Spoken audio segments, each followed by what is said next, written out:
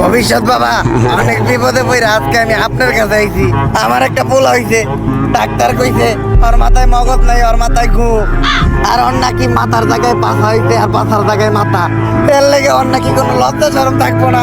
আমার স্বপ্ন হইলো আমি আমার পোলারে বড় একটা ব্যবসায়ী বানাবো। এগুলো দেওয়ার পর তো মনে হইতে বড় একটা টিকটকার হইব। বাবা, আপনি কিছু একটা করেন।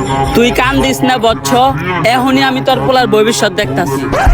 আই এম ব্যাক, দিমু এবার কাপল ব্লগার করে ঠেক।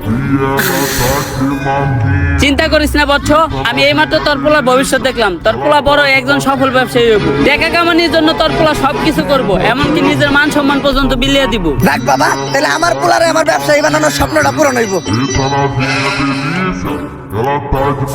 কিন্তু বাবা, আপনি তো আমার এটা কইলেন না যে আমার পোলা বড় এক কি ব্যবসা করব। বউ ব্যবসা করবো।